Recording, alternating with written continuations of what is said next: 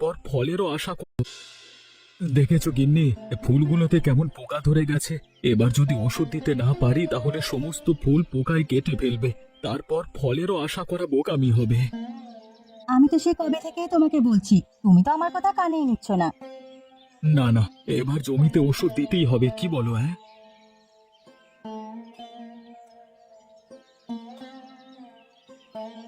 আরে ও জগদীশ, কি করছো তোমরা? কুমড়ো ফুল তুলছো নাকি? আজকে সকালে কুমড়ো ফুলের বড়া হবে নাকি? হ্যাঁ গো কাকা, এ কুমড়ো ফুলের বড়াই হবে। কতদিন ধরে ভাবছিলাম খাবো খাবো, কিন্তু খাওয়াই হয়ে উঠছে না। ভাবলাম কয়টা ফুল তুলে নিয়ে যাই, বাকি ফুলগুলো ফলের জন্য রেখে দেব। তোমাদের জমিতে যা ফুল রয়েছে তা দিয়ে যদি বড়া বানিয়ে সারা গ্রামের লোকেদেরও খাওয়ায়, তবুও ফলের জন্য যথেষ্ট ফুল থাকবে। এটা তুমি ঠিক বলেছ, ভালোই ফলন হয়েছে, তবে বাকিটা কেমন হয় বুঝতে পারছি না। পোকায় ধরেছে তো। আরে এত চিন্তা করো না, ভালোই হবে বুঝলে তো। আমাকে কিছু বড়া দিও তো আজকে। আমিও অনেক দিন ধরে কুমড়ো ফুলের বড়া খাচ্ছি না। তাই বুঝি? এতদিন প্রতিবেশীদের কথা মনে ছিল না, এখন কুমড়ো ফুলের বড়া বানাচ্ছি, এখন আমাদের কথা মনে পড়লো, তাই না? কি করবো গিন্নি, হাতে একটা পয়সাও নেই। ওদিকে জমির অবস্থাও তো দেখছো। তুমি যে বারবার বলো জমিতে ওষুধ দিতে, টাকা তো লাগবে বলো। এখন আমি কি করতে পারি বলো? ঘরে এমন কিছু নেই যেটা বিক্রি করে অন্তত ওষুধ দিতে পারবো। এই জমিটার জন্য এত পরিশ্রম করছি, তারপরে যদি আবার ফলন না হয়, তাহলে আমাদের কপালে যে কি আছে সেটা একমাত্র উপরওয়ালাই জানেন। এত বেশি চিন্তা করো না, উপরওয়ালা আমাদের জন্য ভালো কিছুই রেখেছে। আমরা কি আর কম পরিশ্রম করি? আমরা বেশি বেশি পরিশ্রম করি।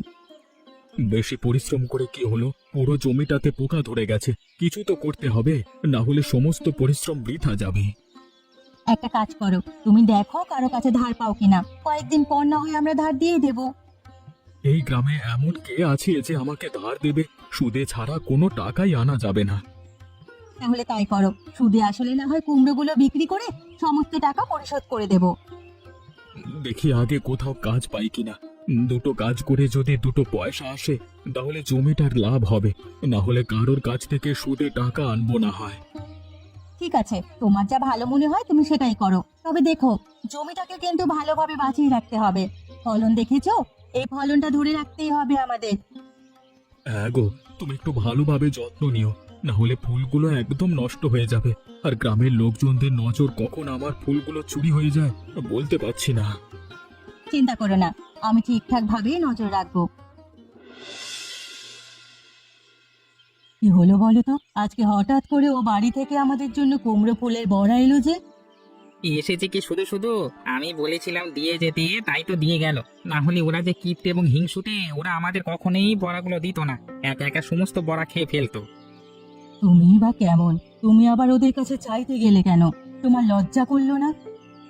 এখানে লজ্জার কি আছে? কতদিন ধরে কুমড়ো ফুলের বড়া খাই না, তাছাড়া কিনবো যে সেই সামর্থ্য নেই।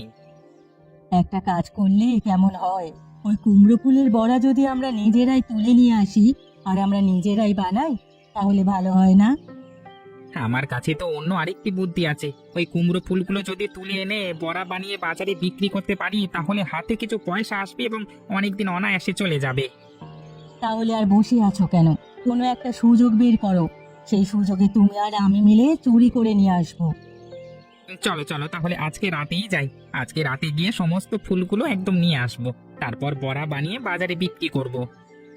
ওরা তো বুঝতে পারবে, যদি বুঝে যায় তাহলে তো আমাদের উপরে অভিযোগ আসবে। আরে আসবে না, তুমি এত চিন্তা করো না তো। তুমি শুধু আমার কাজে সহযোগিতা করো, বাকিটা আমি সামলে নেব।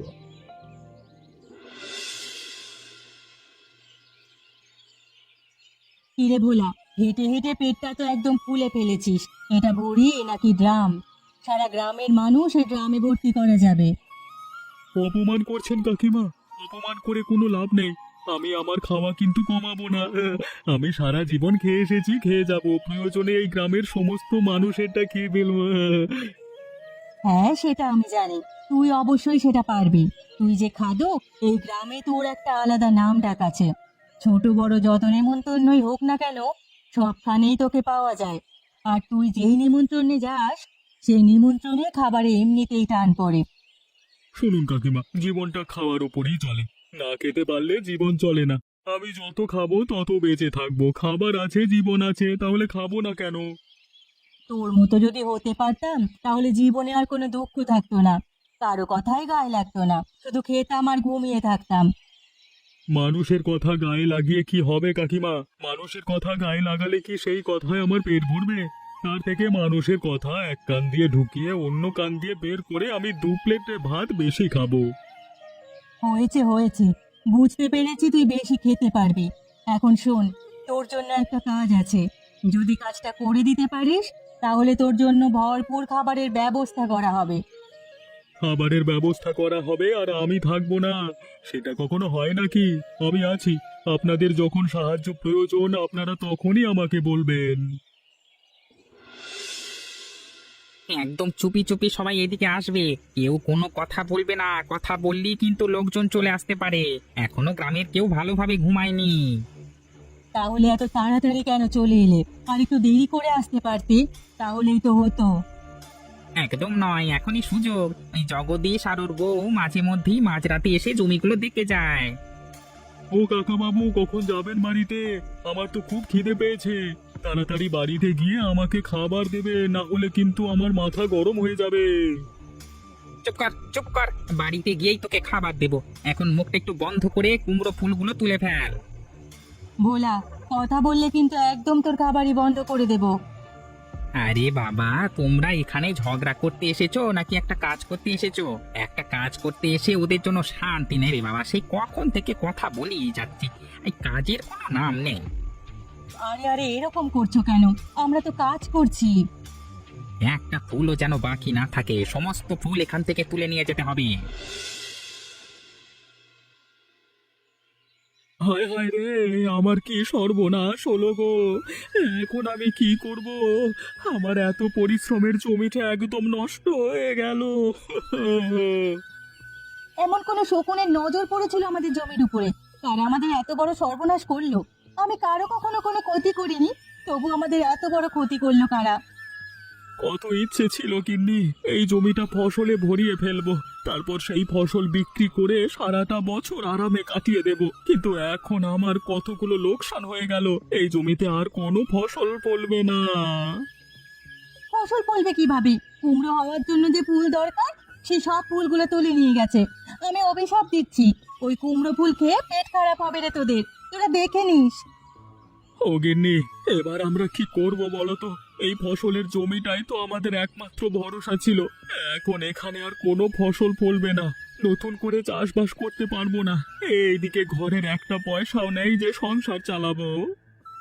আমি জানি না গো, আমি জানি না, আমার মাথায় কাজ করছে না। আমার মনে হয় আমি পাগল হয়ে যাব। কি করব হায় পরলা, তুমি শুধু আমাদেরকেই দেখো, আমাদের মতো গরিবদের এত দুঃখ দিয়ে তোমার কি লাভ বলো তো? উপরওয়ালা আর কি করবে? উপরে বসে তিনিও মজা দেখছে। তুমি দেখো, এই চোর যদি আমি ধরতে পারি তাহলে আমার ফসলের জমিতে ওদেরকে কাকতাড়ুয়া বানিয়ে রাখবো।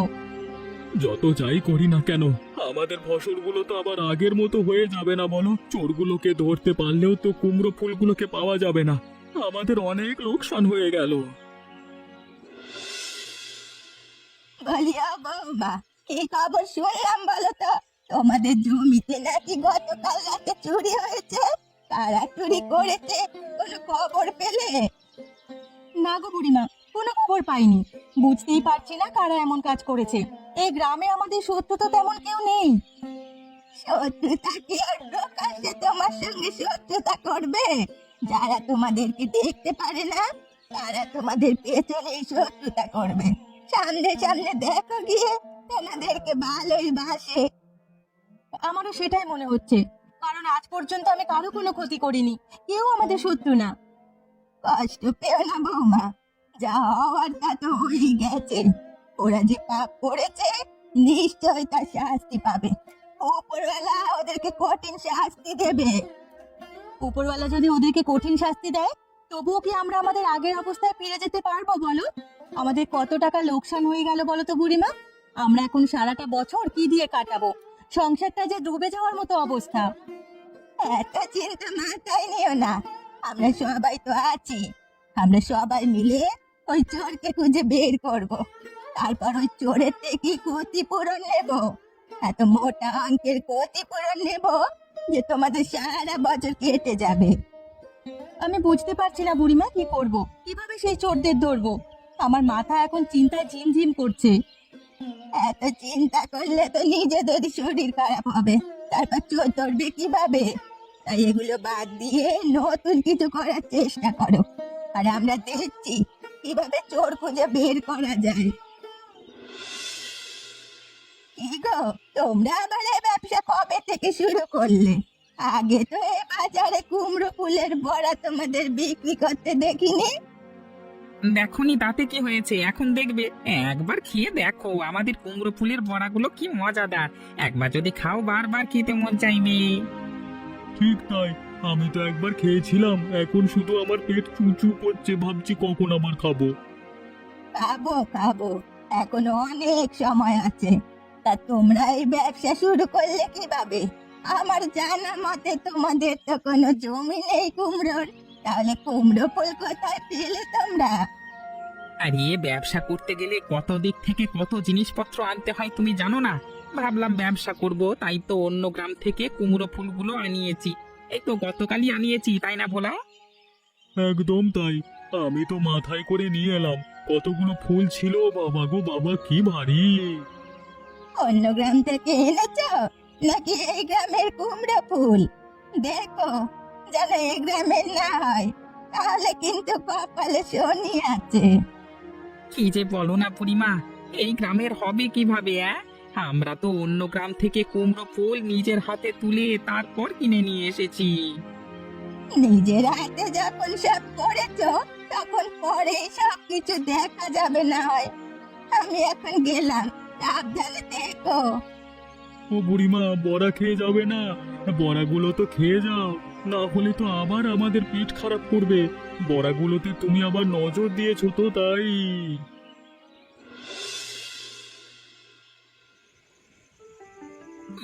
ভেবেছিলাম ব্যবসাটা ঠিকঠাক ভাবে এবার করবো, কিন্তু এখন বাজারে যা অবস্থা, তাতে মনে হয় না আবার ব্যবসা করতে পারবো, আর আমাদের তো লোকসান হয়ে যাবে।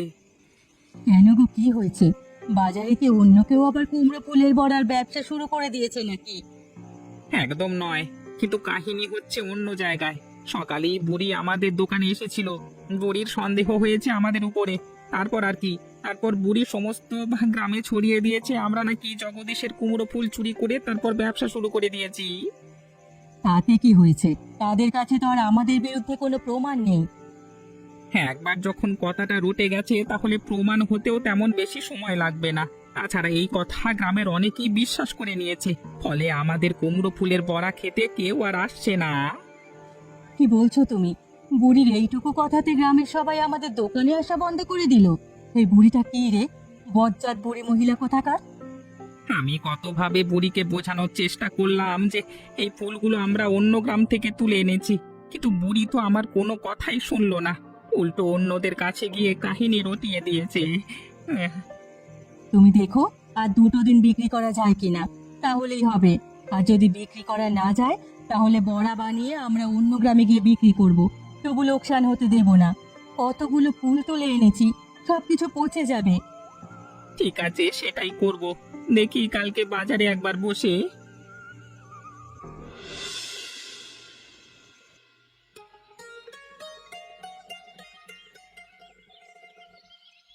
কিরে বলা, কোথায় গিয়েছিলি তুই? তোকে তো এখনো দেখাই যায়। মনে হয় এবার শেষই হয়ে যাবে। কি যে যন্ত্রণায় পড়েছি এটাকে নিয়ে কে জানে বাবা। আমার কি দোষ? আপনার ওই অন্যায় পথে চুরি করা কুমড়ো ফুলের বড়া খেয়েই তো আমার এই অবস্থা হয়েছে। এখন আমার কুমড়ো ফুলের বড়ার দোষ, তাই না? আর তুই যে সারাটা দিন বড়া খেয়েছিস পেট ভরে, তার কোনো দোষ নেই? দোষ থাকবে কিভাবে? আমি কি কম খাই? আমি এদিক ওদিক কত কিছু খেয়ে বেড়াই, কিন্তু কখনো তো এমন হয় না। আপনার কুমড়ো ফুলের বড়া আর কটা খেয়েছি, তাতে এমন হবে কেন? আমি এসব কিছুই জানি না। আমি তোর চিকিৎসার ব্যবস্থা করে দিচ্ছি, নিজের বাড়িতে গিয়ে চিকিৎসা নে। আমার বাড়িতে থাকতে হবে না। কখন আবার নোংরা করে ফেলিস, তারপর হবে আমার যন্ত্রণা। ঠিক আছে ঠিক আছে, আপনি শুধু আমার চিকিৎসার ব্যবস্থাটা করে দিন, তারপর আমি নিজেরটা নিজেই বুঝে নেব। আপনার বাড়িতে আর থাকবো না। আপনার বাড়িতে যদি আমি আর কোনোদিন এসেছি, তবে আমার নাম পাল্টে রাখবেন।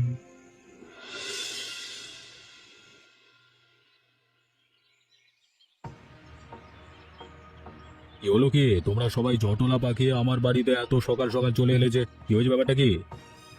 বাবু, আপনি হয়তো জানেন আমার জমির সমস্ত কুমড়ো ফুলগুলো চুরি হয়ে গেছে। আমরা চোর খুঁজে পেয়েছি। এবার আপনি বলুন বিচার করবেন কবে? তোমরা চোর খুঁজে পেয়েছো ভালো কথা, কিন্তু চোরটাকে শুনি। কি আর হবে, ওই যে ওরি আর তার বউ দুজনে মিলে ওদের জমির সমস্ত কুমড়ো ফুলগুলো চুরি করেছে। সেই চুরি করা ফুল দিয়ে আবার কুমড়ো ফুলের বড়া বানিয়ে বাজারে বিক্রি করেছে। কত বড় সাহস! তোমরা যে এসব কথা বলছো তার কোনো প্রমাণ আছে তোমাদের কাছে? অবশ্যই আছে, ভোলা আমার কাছে সব কিছু স্বীকার করেছে। আমি নিজে তার সাক্ষী। এবার আপনি বলুন কবে এর বিচার করবেন? সবকিছু যখন প্রমাণ হয়ে গেছে তাহলে হরি আর ওর বউকে খবর দাও। বিকেলেই বিচার সভা বসানো হবে, সেই বিচার সভায় ওদের বিচার করা হবে। দেখবেন বাবু, আমি কিন্তু উচিত বিচার চাই। উচিত বিচার না হলে আমি কিন্তু মানবো না। আমার অনেক টাকার লোকসান হয়ে গেছে বাবু। আরে আরে, আমার বিচারের ওপরে তোমরা ভরসা রাখতে পারো। এই গ্রামে এখনো পর্যন্ত আমি কারোর কোনো ভরসা নষ্ট করিনি, তাই তোমরা নিশ্চিন্তে থাকো। ঠিক আছে, তাহলে এখন আমরা চলে যাচ্ছি। হরি আর তার বউকে খবর দেব। বিকালে বিচার সভায় সবাই উপস্থিত থাকবো। শোনো হরি, তুমি আর তোমার বউ যে কাজ করেছো সেটা আমরা গ্রামের এখন সবাই জানি। আমাদের কাছে যথেষ্ট প্রমাণ আছে, তাই তুমি দয়া করে এখন অস্বীকার করবে না। অস্বীকার করবার কি আছে? আমি যে কাজ করিনি সেটা আমার উপরে চাপিয়ে দিলে আমি অবশ্যই অস্বীকার করব। একদম চুপ, আমার কাছে সমস্ত প্রমাণ আছে। ভোলা আমার কাছে সব কিছু স্বীকার করেছে। ছি কাকা বাবু, আপনি আমার সাথে এমনটা করতে পারলেন? আমি একটু কুমড়ো ফুলের বড়া বানালিয়ে আপনাকে দিয়ে এসেছি, আর আপনি আমার এত বড় সর্বনাশ করে ফেললেন। যেহেতু হরি এই কাজটা করে ফেলেছে এবং জগদীশের অনেক টাকা লোকসান হয়েছে, এই সমস্ত টাকা হরি জগদীশকে ফিরিয়ে দেবে। আমার শুধু ফুল নয় বাবু, আমার কিন্তু ফলও গেছে। ফুলগুলো থাকলে অবশ্যই ফল হতো এবং সেগুলো আমি বাজারে বিক্রি করতে পারতাম। বুঝেছি বুঝেছি, তোমার ফুল এবং ফল দুটোর টাকাই দেওয়া হবে। এখন বলো হরি, কবে টাকা দেবে? এতগুলো টাকা আমি কোথায় পাবো? আমি তো দিন আনি দিন খাই, আমার ভিটে মাটি ছাড়া আমার আর কিছু নেই। সেসব বললে তো হবে না। তুমি অনেক টাকা লোকসান করেছো, এখন কোথা থেকে সেই টাকাগুলো দেবে সেটা তোমার ব্যাপার। ঠিক আছে বাবু, আমাকে কয়েকটা দিন সময় দিন, আমি সেই সময়ের মধ্যে জগদীশের সমস্ত টাকা ফেরত দিয়ে দেব। আর যতদিন টাকা